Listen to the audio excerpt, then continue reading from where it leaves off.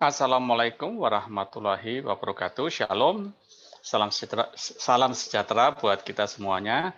Hari ini kita akan masuk pada perkuliahan mata kuliah teori analisa laporan keuangan untuk mahasiswa jurusan S1 Manajemen dan materi YouTube ini untuk kelas pagi dan kelas sore, di mana saya dipercaya untuk mengajar di kelas pagi dan kelas sore, sehingga materi ini digunakan untuk kedua kelas ini.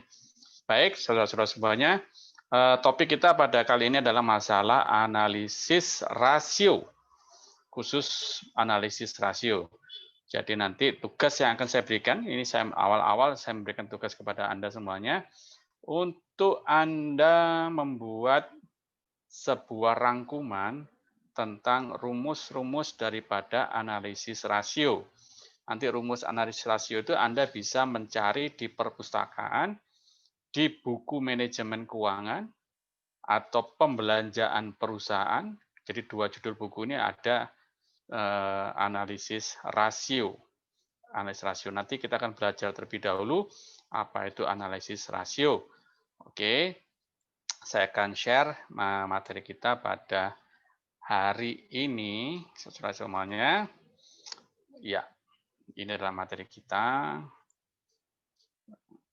Saya kasih besar terlebih dahulu.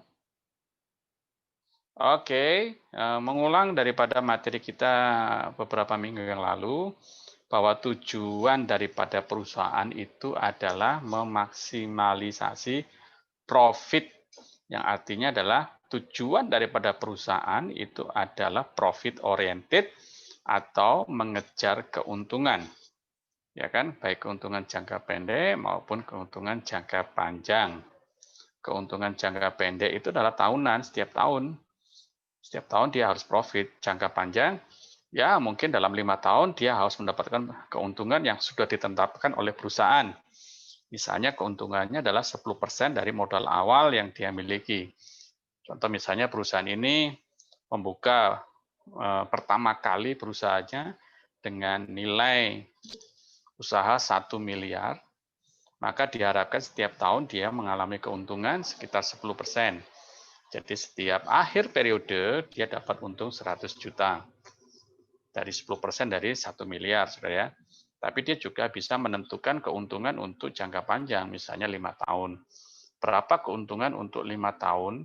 Dia sudah menetapkan, misalnya dia menetapkan pada tahun kelima dia akan meroleh keuntungan 50% dari modal awal atau awal perusahaan itu dimulai. Tadi kan dikatakan awalnya adalah 1 miliar, maka 50% dari 1 miliar dia harus dapatkan itu pada tahun yang kelima.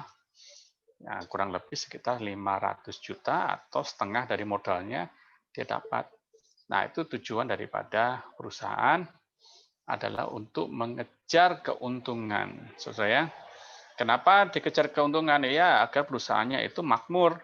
Makmur dalam arti bahwa perusahaan ini mampu melangsungkan kehidupannya. Karena perusahaan ini bukan untuk 1 tahun, 2 tahun, tapi perusahaan ini adalah untuk jangka panjang. Jangka panjang. Seperti itu, saudara ya. Baik, kita masuk kepada slide berikutnya. Salah satu daripada analisa laporan keuangan, salah satu, saudara, itu adalah analisis rasio yang akan kita pelajari pada hari ini. Mungkin hari ini kan saya bagi pecah menjadi 2, saudara ya. Nanti materi yang saat ini, kemudian nanti materi berikutnya pada pertemuan atau tatap muka berikutnya. Ya, ini mungkin tatap muka untuk tengah semester kita, karena sepertinya kita tanggal 9 November kita ujian tengah semester. Nanti setelah ujian tengah semester kita lanjutkan kembali analisis rasionya ya, saudara semuanya.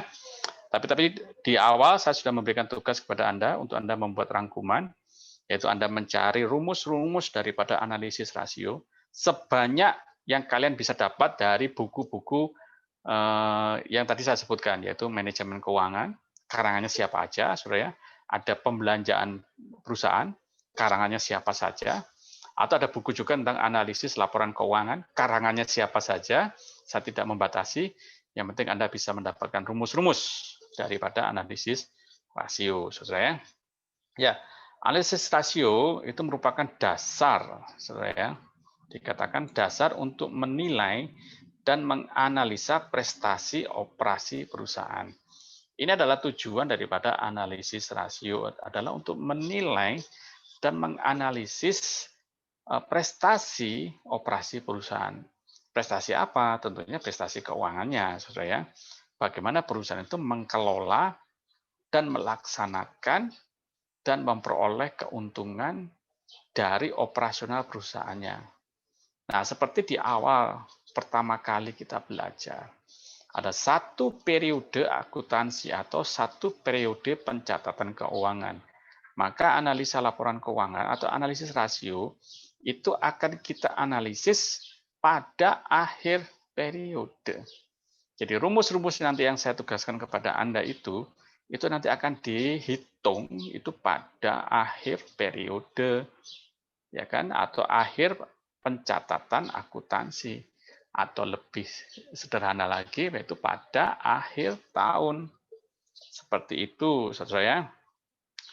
Tujuannya apa yang lain? Yaitu digunakan sebagai kerangka kerja, perencanaan, dan pengendalian keuangan.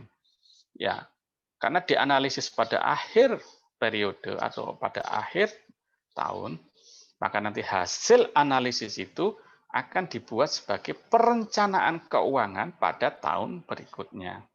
Itu adalah tujuannya.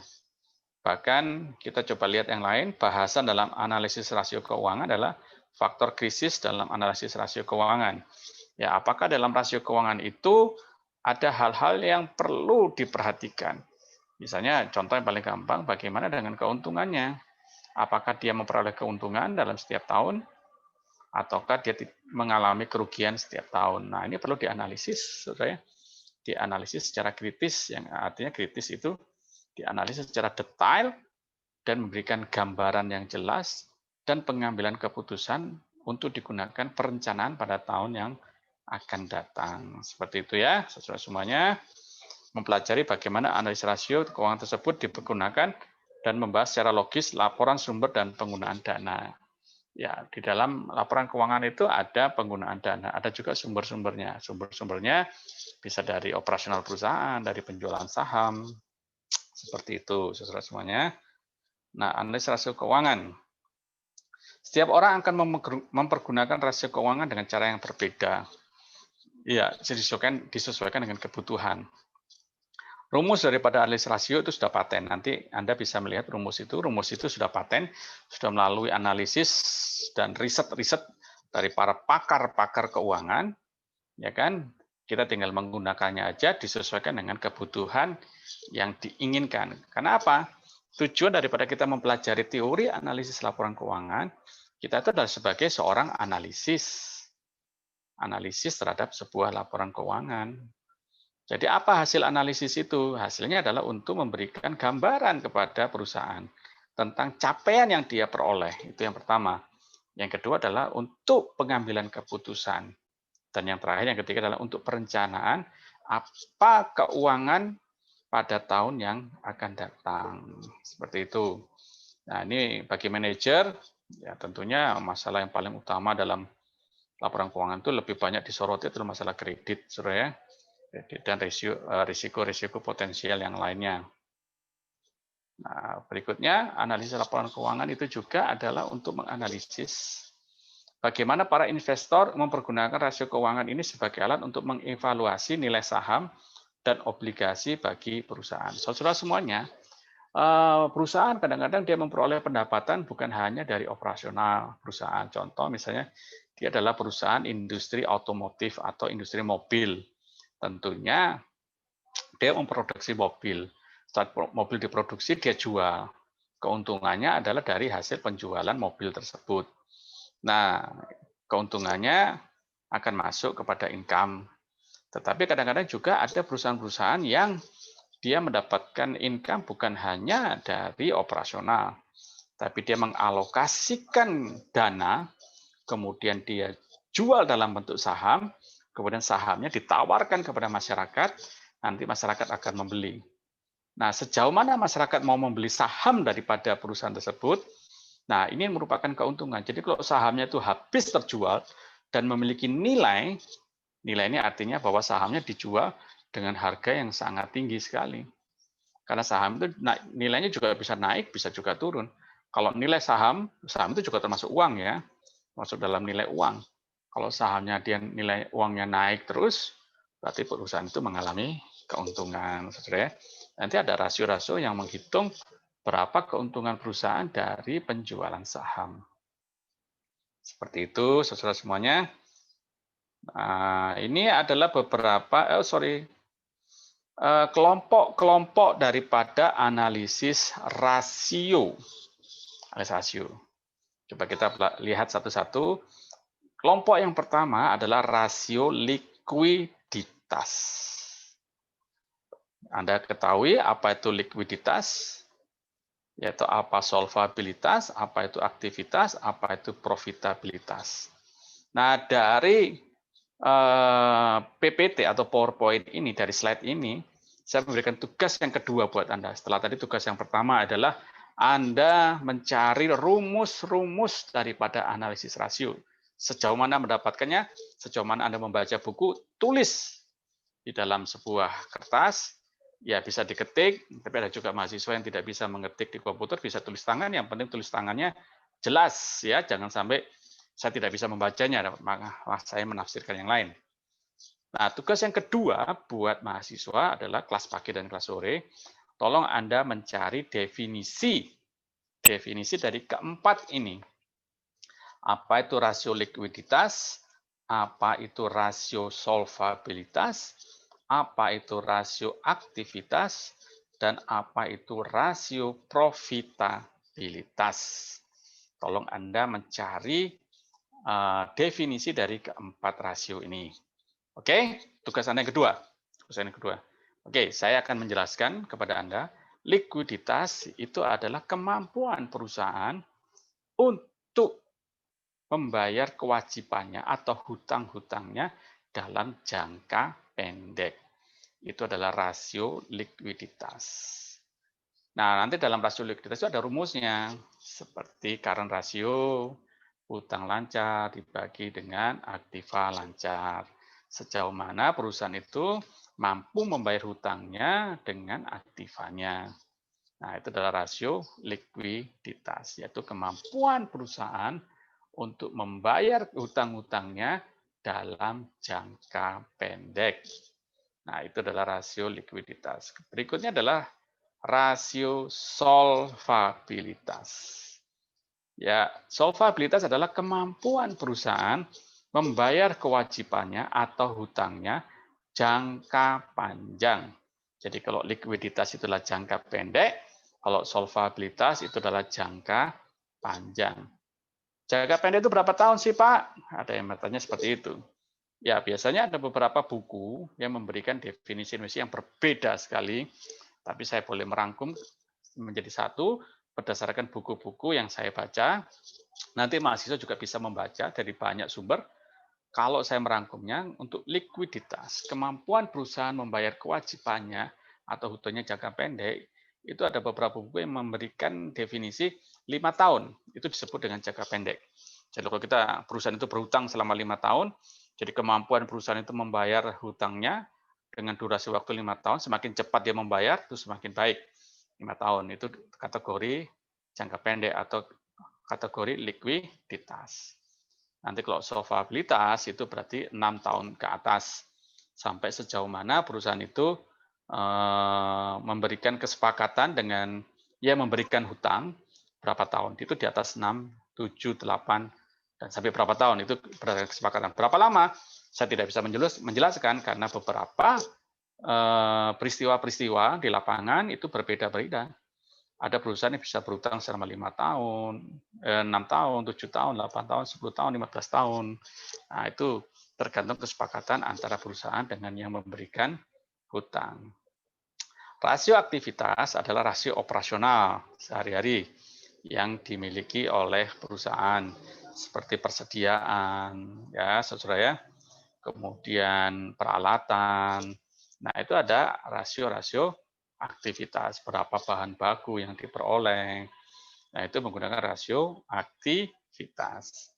Berikutnya adalah rasio profitabilitas, yaitu rasio untuk mengukur sejauh mana perusahaan ini memperoleh keuntungan dalam satu periode. Jadi kalau menilai keuntungan perusahaan itu satu periode, 1 tahun. Jangan menilai keuntungan dalam 1 bulan ya, belum lah ya.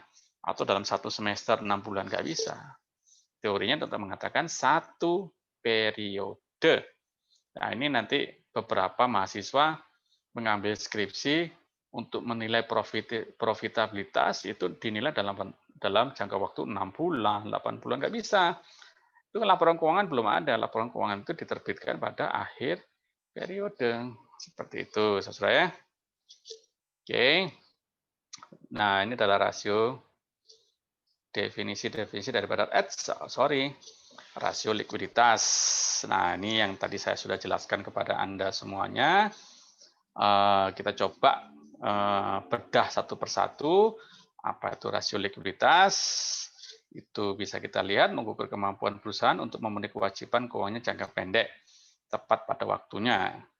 Kemudian di dalam rasio likuiditas itu ada beberapa indikator rasio di dalam rasio likuiditas.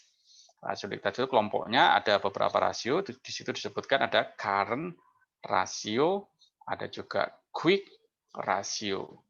Current rasio adalah rasio antara aktiva lancar dibagi dengan hutang lancar. Rasio ini merupakan alat ukur bagi likuiditas solvabilitas jangka pendek. Aktiva lancar meliputi kas, surat berharga, piutang, dan persediaan. Ada juga quick ratio. Quick ratio merupakan indikator daripada rasio likuiditas atau kelompok daripada rasio likuiditas. Kita lihat di situ quick ratio adalah rasio antara aktiva lancar dikurangi dengan persediaan dan hutang lancar. Rasio ini mengukur solvabilitas jangka pendek, tetapi tidak memperhitungkan persediaan karena persediaan merupakan aktiva lancar yang kurang liquid. Itu adalah rasio likuiditas, saudara ya. Kemudian ada rasio leverage. Nah, oke, kita buka semuanya aja dulu. Rasio leverage yang mengukur seberapa besar perusahaan dibiayai dengan sumber hutang, saudara ya. Sumber hutang. Permisi. Saya minum dulu sedikit, saudara semuanya. Nah, ini adalah rasio leverage, saudara ya. Kemudian ada solvabilitas. Mohon maaf. Solvabilitas adalah kemampuan perusahaan dalam membayar hutang-hutangnya baik jangka pendek maupun jangka panjang. Kreditur akan melihat proporsi modal sendiri untuk menentukan margin of safety. Ya, di sini kredit yang diberikan oleh para kreditur atau yang memberikan pinjaman itu dapat menentukan sejauh mana tingkat keamanan dalam pengembalian hutang-hutangnya. Itu berapa kesepakatannya berapa lama nanti dengan perusahaannya. Bagi pemilik perusahaan, pemenuhan kebutuhan dana dengan menarik hutang akan memberikan manfaat. Ya, kadang-kadang perusahaan itu juga salah satu sumber dana dari perusahaan selain daripada tadi yang di atas dikatakan operasional perusahaannya, bisa juga lewat penjualan sahamnya dan juga bisa melalui hutang. Jadi hutang merupakan sumber dana yang didapat melalui pinjaman. Melalui pinjaman itu ya harus dikembalikan uangnya karena dia pinjam. Tapi waktu masuk ke perusahaan itu dianggap sebagai income. Kontrol perusahaan tidak berkurang. Jika perusahaan memperoleh tingkat keuntungan jauh lebih besar daripada bunga yang harus dibayarkan kepada kreditur, maka pemilik perusahaan akan memperoleh manfaat yang sangat besar. Ya, kadang-kadang perusahaan itu melihat kalau dia melakukan pinjaman itu lebih untung daripada kalau dia menjual saham karena bunganya lebih kecil atau tingkat keamanannya lebih aman. Nah, ini pinter-pinternya dari para manajer aja untuk bisa mendapatkan sumber-sumber dana, saudara ya, sumber-sumber dana. Seperti itu, saudara ya. Nah, ini adalah salah satu contoh rasio yang masih indikator atau kelompok rasio daripada solvabilitas, yaitu debt to total asset ratio, ya kan? Di sini debt to total asset ratio mengukur prestasi atau total dana yang dipenuhi atau dibiayai dengan hutang, saudara ya. Ada debt to total asset yang rendah, berarti menunjukkan adanya perlindungan bagi kreditur terhadap kemungkinan likuidasi. Saudara-saudara semuanya, yang saya ingin tekankan kepada analisis rasio, memang analisis rasio ini seperti matematika.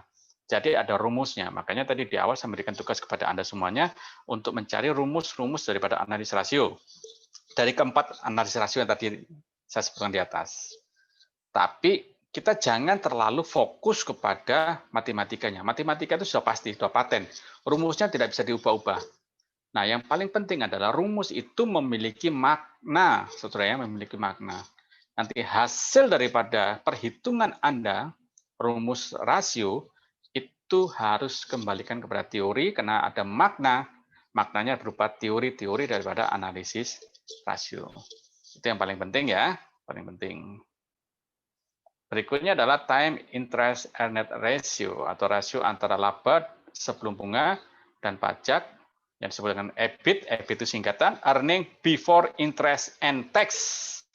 Nah, itu rasio antara laba sebelum bunga dan pajak. Dengan beban bunga yang mengukur seberapa besar keuntungan dapat berkurang atau turun tanpa mengakibatkan adanya kesulitan keuangan karena perusahaan tidak mampu membayar bunga. Itu adalah makna teori daripada time interest earned ratio. Saudara ya. Di sini ada juga fixed charge coverage. Adalah rasio antara laba sebelum bunga dan pajak, EBIT seperti di atas, ditambah dengan pembayaran sewa, dengan beban bunga, dan pembayaran sewa. Rasio ini untuk mengukur kemampuan perusahaan untuk membayar beban tetapnya berupa bunga dan sewa. Ini maknanya ya, makna daripada rasio fixed charge coverage. Yaitu rasio ini mengukur kemampuan perusahaan untuk membayar beban tetapnya berupa bunga dan sewa. Saudara ya. Jadi setiap rumus rasio itu memiliki makna, saudara ya. Makna. Saya mungkin lebih cepat karena ini bisa dalam teori, saudara ya. Bisa dalam teori. Nah, kita masuk kepada rasio aktivitas kelompok kedua, saudara ya. Kelompok ketiga dari 4 kelompok tadi ya, ada likuiditas, solvabilitas, dan kita sekarang masuk kepada aktivitas. Mengukur sejauh mana efektivitas perusahaan dalam menggunakan sumber dayanya. Yang termasuk dalam rasio aktivitas adalah, nah ini ada beberapa indikator dalam rasio aktivitas. Ya, kalau tadi di likuiditas itu ada quick ratio, ada current ratio, ada cash ratio. Ya kan? Kalau di dalam rasio aktivitas itu ada perputaran persediaan, ada rata-rata periode pengumpulan piutang, ada perputaran aktiva tetap, dan ada perputaran total aktiva. Nah, ini ada rumusnya. Ada rumusnya. Nanti Anda cari di buku, ya kan? Di buku. Oke. Ini masuk perputaran persediaan dari indikator-indikator daripada rasio aktivitas. Perputaran persediaan, kita masuk pada perputaran persediaan. Apa itu perputaran persediaan? Rasio antara harga pokok penjualan atau penjualan dengan rata-rata persediaan yang mengukur efisiensi penggunaan persediaan. Jadi rasio ini adalah untuk mengukur sejauh mana persediaan itu digunakan oleh perusahaan. Persediaan itu adalah bahan baku. Bahan baku. Contoh misalnya industri rokok. Bahan baku rokok itu apa? Ada tembakau, ada cengkeh, saudara ya. Nah, waktu pengadaan daripada tembakau dan cengkeh, seberapa cepat bahan baku ini digunakan, diproses dari bahan baku menjadi bahan jadi. Kalau dia terlalu lama menjadi persediaan, bahan bakunya disimpan terus, maka ini akan mengalami kerugian karena dia ada masa rusaknya. Jadi kalau dia rusak ya, tanpa diolah dan tanpa bisa dijual, ya akhirnya menjadi biaya. Biaya itu adalah yang mengurangi pendapatan. Jadi sejauh mana perusahaan itu mampu mengendalikan persediaannya. Mengendalikan dalam arti bahwa bahan bakunya itu cepat diproses dan cepat jadi bahan jadinya cepat dijual, dan perusahaan mendapatkan keuntungan. Singkat cerita seperti itu, saudara. Oke. Rata-rata periode pengumpulan piutang atau average collection period. Nah, piutang itu adalah tagihan dari perusahaan kepada pihak lain, saudara, di mana pembelian secara kredit. Piutang itu muncul karena pembelian secara kredit. Jadi kalau kita banyak orang membeli kepada perusahaan secara kredit, nah dia harus membayar. Kalau dia tidak membayar, tidak kembali ke perusahaan, uangnya tetap ada di luar, itu nggak baik. Jadi harus cepat kembali. Contoh kalau kita Anda punya perusahaan sepeda motor, Anda menjual sepeda motor dengan kredit, ya kan konsumennya tidak membeli secara cash, tidak membeli secara tunai, secara kredit, kan mengangsur kredit itu 1 juta, 2 juta, 3 juta, harganya misalnya 10 juta. Kemudian konsumen ini lama sekali. Kemudian bulan berikutnya dia tidak bisa mengembalikan, tidak bisa membayar. Terlalu banyak dana itu di pihak luar, itu juga tidak baik dalam prestasi keuangan bagi perusahaan, saudara. Nah, itu muncul. Kita berikutnya adalah perputaran aktiva tetap atau fixed asset turnover. Ya, nanti kita belajar juga nanti bagaimana kita menghitung penjualan secara kredit, saudara ya. Nanti ada rumusnya. Nah, perputaran aktiva tetap, rasio antara penjualan dengan aktiva tetap, mengukur efisiensi penggunaan aktiva tetap atau perputaran aktiva tetap, rasio yang rendah menunjukkan adanya idle capacity penggunaan aktiva. Jadi, kalau kita aktiva tetap itu digunakan untuk operasional perusahaan, dan itu tujuannya adalah untuk menghasilkan keuntungan, saudara ya. Kalau rasionya rendah, maka ada ketidakmampuan dalam penggunaan aktiva tersebut, saudara ya. Saya lompat dulu, saudara ya. Ini nanti kita bisa pelajari. Sekarang kita masuk kepada kelompok yang terakhir, yaitu tentang rasio profitabilitas. Rasio ini mengukur efektivitas manajemen secara keseluruhan yang ditunjukkan oleh besar kecilnya tingkat keuntungan yang diperoleh dalam hubungannya dengan penjualan maupun investasi. Ya, kalau secara kasat mata, profitabilitas sejauh mana perusahaan itu memperoleh keuntungan. Besar dan kecilnya itu fluktuatif, saudara ya. Karena misalnya contohnya di sini dikatakan besar kecilnya tingkat keuntungan. Misalnya tahun 2015 dia mendapatkan keuntungan 1 miliar. 2015 ya. 2016 dia mengalami keuntungan 1,5 miliar. Tahun 2017 dia mengalami keuntungan 1,2 miliar. Ini kan berfluktuasi, saudara ya. Dari 1 miliar, 1,5 menjadi 1,2. Yang pasti dia tetap masih untung dibandingkan dengan tahun-tahun sebelumnya. Kan tahun sebelumnya kan hanya 1 miliar, walaupun ada naik 1,5, tapi dia turun lagi. Tapi tetap pada posisi dia mengalami keuntungan. Seperti itu, saudara ya. Yang masuk dalam rasio profitabilitas, ini ada indikator-indikator daripada profitabilitas, yaitu gross profit margin, ada net profit margin, return on investment, dan return on equity. Ini adalah indikator. Dan masing-masing indikator ini ada rumusnya. Rumus rasio misalnya, yang Anda akan cari tugas yang akan saya berikan, ya bukan akan, yang sudah saya berikan kepada Anda. Anda cari rumus-rumusnya. Tapi sini kita akan belajar, gross profit margin adalah rasio antara penjualan dikurangi dengan harga pokok penjualan dengan penjualan. Jadi ini merupakan rasio keuntungan yang diperoleh dari penjualan setelah dikurangi dengan harga pokok. Berapa sih harga pokok penjualan? Nah, di sini ada margin, ada selisih antara harga pokok dengan harga yang dia jual, yang dijual. Nah, ini merupakan keuntungan yang akan dihitung menggunakan analisis rasio, sesuai. Net profit margin, yaitu keuntungan bersih daripada perusahaan, adalah rasio antara EAT. EAT itu singkatan dari earning after tax, laba setelah pajak, dengan penjualan.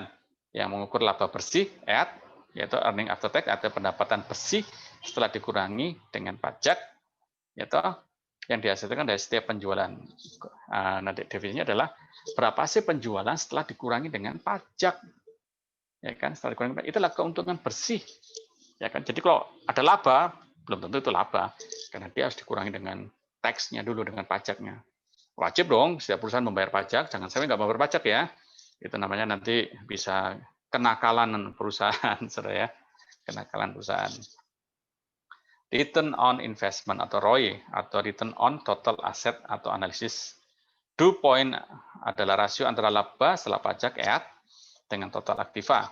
Rasio ini mengukur tingkat keuntungan yang dihasilkan dari investasi total.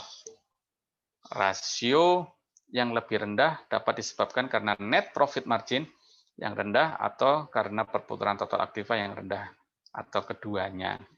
Ya, di sini adalah keuntungan yang diperoleh dari investasi, saudara ya.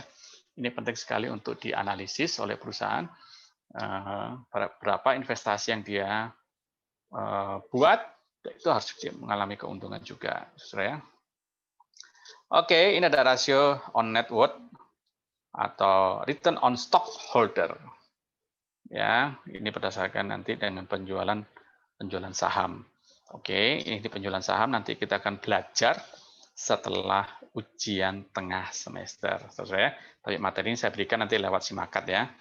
Ingat tugas Anda ada 2, yaitu yang pertama mencari rumus-rumus daripada analisis rasio semuanya dari 4 kelompok itu.